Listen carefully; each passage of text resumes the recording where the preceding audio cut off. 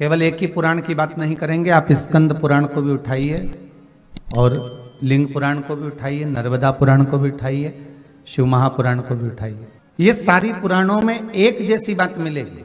बेलपत्री के लिए जो वर्णन किया गया वो लिखा गया केवल बेलपत्री के अंतर्गत हस्तकमल पर रहने पर केवल श्री हरि ही नहीं, इस बेलपत्री के 3 पत्तों में ब्रह्मा, विष्णु और महेश हमारे हस्तकमल पर विराजमान होते हैं।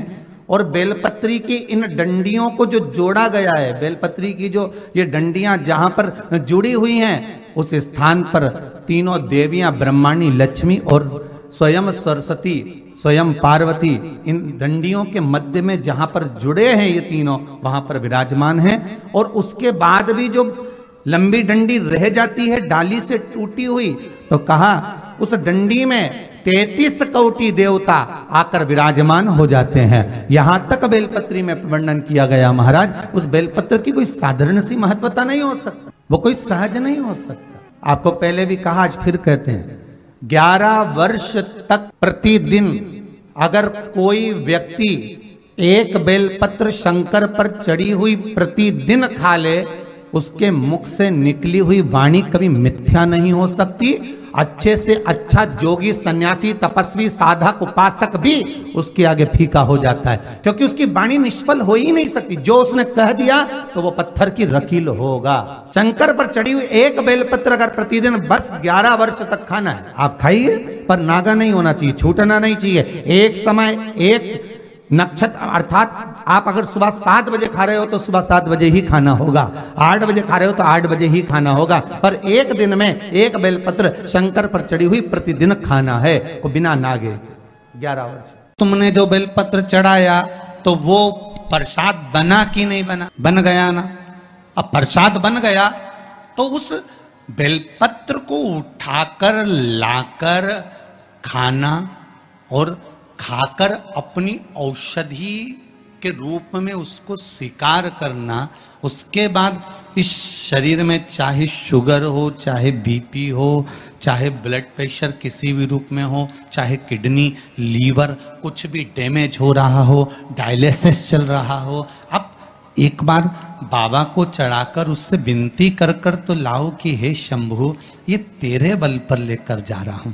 मैंने सुना है तुझ पर जो चढ़ता है वो प्रसाद बन जाता है, और ये त्रिगुणाकार बेलपत्र को मैं लेकर जा रहा हूं, मैं खाऊं और बाबा इतनी कृपा कर देना कि ये औषधि का काम कर दे और मेरी बीमारियां समाप्त कर दे। ये शिव से कहो, क्यों निर्माल्य बनकर फेंका जाए बेलपत्र को? एक नियम बना लो बैसाख महीने से कि शंकर भगवान पर जो बेलपत्र चढ़ी है वो औषधि का काम करती है। शिव पर चढ़ी हुई बेलपत्र मंदिर में क्यों छोड़ें? क्यों नदी में हम इसको विसर्जन करें? क्यों नदी में छोड़ें हम इसको? उसको उठा लाए, उसका प्रयोग करा, खाया, और उसका जो फल हमें मिला वो जीवन का सुख। हम तो ब्राह्मणों से भी कहेंगे, जितने ब्राह्मण जन शंकर भगवान के मंदिर में पूजन करते हैं, जितने विप्र जन भगवान शिव के मंदिर में पूजन करते हैं, उनको करबद्ध निवेदन, उनके चरणों को प्रणाम कर कर, उनके चरणों को नमन कर कर, उन ब्राह्मणों के चरणों को नमन कर कर निवेदन करूंगा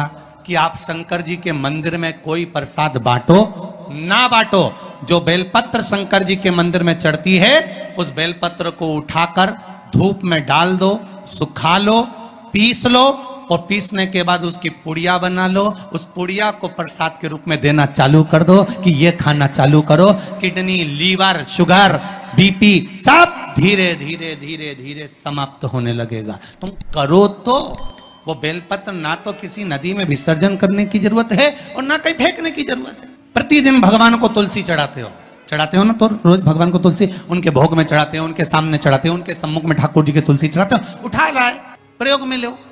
क्यों उसको विसर्जन में डालते हो? जो विसर्जन के लायक है उसका विसर्जन करो, और विसर्जन भी कहां करो? क्षिप्रा, गंगा, नर्मदा, सरयू, या आपके क्षेत्र की कोई पवित्र नदी है, उस नदी में ले जाकर कोई निर्माल्य वस्तुएं मत पटको। आज वैसे ही इस पृथ्वी पर जल स्तर गिरते जा रहा है, उस पवित्र जल को हमें संजोना है। जो निर्माल्य की वस्तु मिले, एकांत में किसी खेत में उसको एक खड्डे में डालकर इकट्ठा करो। जब उसकी खाद बन जाए तो जिस खेत में उसको डालोगे भगवान के प्रसाद को, वो खेत भी उज्जवल आनंद सुख प्रदान करेगा और कुछ ना कुछ अच्छा देना प्रारंभ। क्यों किसी पवित्र नदी को हम नष्ट कर रहे हैं? क्यों गंगा को हम कचरा डालकर नष्ट करें? क्यों यमुना को, सरयू को, छिपरा को हम नष्ट करें? हम उसको शुद्ध बनाने का प्रयास करें, हम उसको निर्मल बनाने का प्रयास करें। अपने गांव में, नगर में जो तालाब, जो बावड़ी, जो कुएं हैं, उनको हम निर्मल बनाने का प्रयास करें, शुद्ध बनाइए। कभी कभी 5 पत्ती की भी बेलपत्र होती है, कभी कभी 6 पत्ती की भी होती है, 4 पत्ती की भी होती है। उस बेलपत्र का बड़ा महत्व होता है महाराज। 4 पत्ती की अगर बेलपत्र मिल जाए तो महाराज, जो लकवे वाला शरीर होता है, जिसके शरीर में लकवा लग जाता है, उस लकवे के शरीर वाले के लिए 4 पत्ती की बेलपत्र शंकर भगवान पर समर्पित कर कर अवधूतेश्वर महादेव के नाम से 7 लोटा पानी, 7 कलश, पीले चंदन का जल शिव जी को चढ़ाया जाए। 4 पत्ती की बेलपत्र को वापस उठाकर लाते हैं, उसको धोकर जो लकवे का शरीर वाला मरीज होता है, धीरे धीरे उसको चूर कर उस बेलपत्र को खिलाना प्रारंभ कर देते हैं। धीरे धीरे शरीर उसका काम करने लगता है। जिसको लकवा लगा हो वो प्रयोग कर। इसी बेलपत्र की जो नीचे की 2 पत्तियां होती हैं, इन 2 पत्ती के लिए पहले भी वर्णन करा, इन पत्र में भी है। किसी माता को इंजेक्शन लगते थे, इंसुलिन लगता था, पर बेलपत्री के सेवन करने से उनको अब इंसुलिन की जरूरत नहीं है शुगर लेवल में। बेलपत्री की जो पत्ती होती है, नीचे की दोनों पत्तियां, इस पर केसर से आप चंदन का तिलक, केसर का तिलक लगा लें। और भगवान शंकर का, जो शिव जी के 13 बच्चे हैं, शंकर जी के कितने बच्चे हैं? 13। उन 13 बच्चों में शंकर जी की 5 लड़कियों का नाम ले। जया, जम के बोलिए जया, विषहरा, श्यामली बारी, दौतली और देव। ये शंकर जी की 5 लड़कियां। इन 5 लड़कियों का नाम लेकर एक एक बेलपत्र को शिव जी पर समर्पित करना प्रारंभ कर दें। 5 या 7 बेलपत्र ले लें, उसको समर्पित कर दें, उसको लेकर आए। जब बेलपत्र शुगर वाला व्यक्ति या बीपी वाला व्यक्ति या थायराइड वाला व्यक्ति खाए, तो एक एक बेलपत्र सबसे पहले नीचे की पत्ती को तोड़ ले, जो नीचे की 2 पत्तियां, इसको तोड़कर खाना प्रारंभ करे। फिर आखिरी में ऊपर की पत्ती को खाए। 3 दिन लगातार कर कर देखिए, शुगर लेवल में आ जाएगी। अभी तो कथा चल रही है, आज तो दूसरा ही दिन हुआ है, खाकर तो देखो, 4 दिन तो हम भी यहीं हैं, तो शुगर लेवल में आपको मिलेगी। शिव का स्मरण करिए। पर शंकर भगवान की 5 लड़कियों के नाम मत भूलना। पहली, जम के बोलो जरा, जया। दूसरी, विषहरा।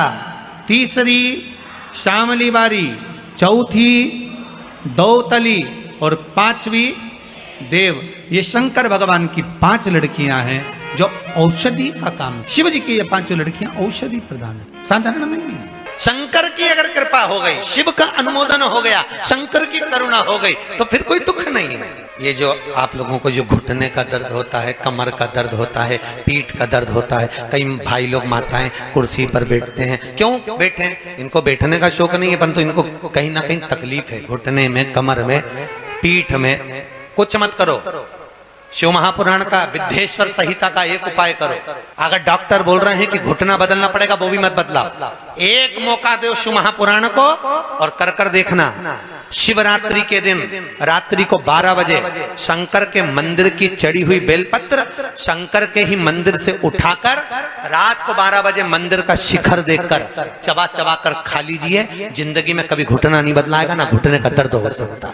एक रत्ती का नहीं, एक रत्ती का। घुटने में कितना भी गैप पड़ गया हो, घुटना बदलने का भी डॉक्टर बोल दिए।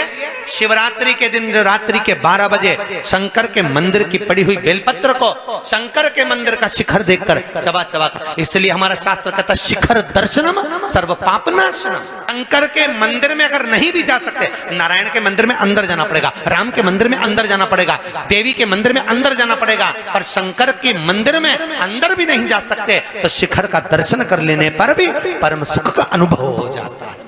मंदिर के दर्शन का सुख, शिखर दर्शनम सर्व पाप, वहां वो फल की अनुभूति हो जाती है। जिन जिनको थायराइड की प्रॉब्लम हो जाती है ना, थायराइड की बीमारी हो जाती है, उसको भी कुछ नहीं करना चाहिए। जहां पर शंकर भगवान की छोटी लड़की अशोक सुंदरी, आपको भी स्थान बताया था कथा के शुरू में, अशोक सुंदरी की जगह पर शहद से ओम अंकित कर दीजिए। कैसे करना है? मात्र शहद से ओम अंकित कर कर भगवान शंकर के ऊपर जल चढ़ा दीजिए, नीचे पात्र लगा लीजिए, उसी पात्र में शहद और उस जल को, अभिषेक का जो पानी है, जल है, उसको झेल लीजिए। उस पात्र को लेकर केवल द्वादशी तिथि के दिन दोपहर में 12 बजे उस पानी को पीना चालू कर दीजिए। 2-3 द्वादशी तिथि करिए, थायराइड की बीमारी में आराम लग जाएगा। बिल्कुल कहीं जाने की जरूरत है। अशोक सुंदरी की जगह पर शहद का ओम अंकित कर देने पर भगवान शिव का स्मरण, केवल अशोक सुंदरी वाली जगह, अशोक सुंदरी की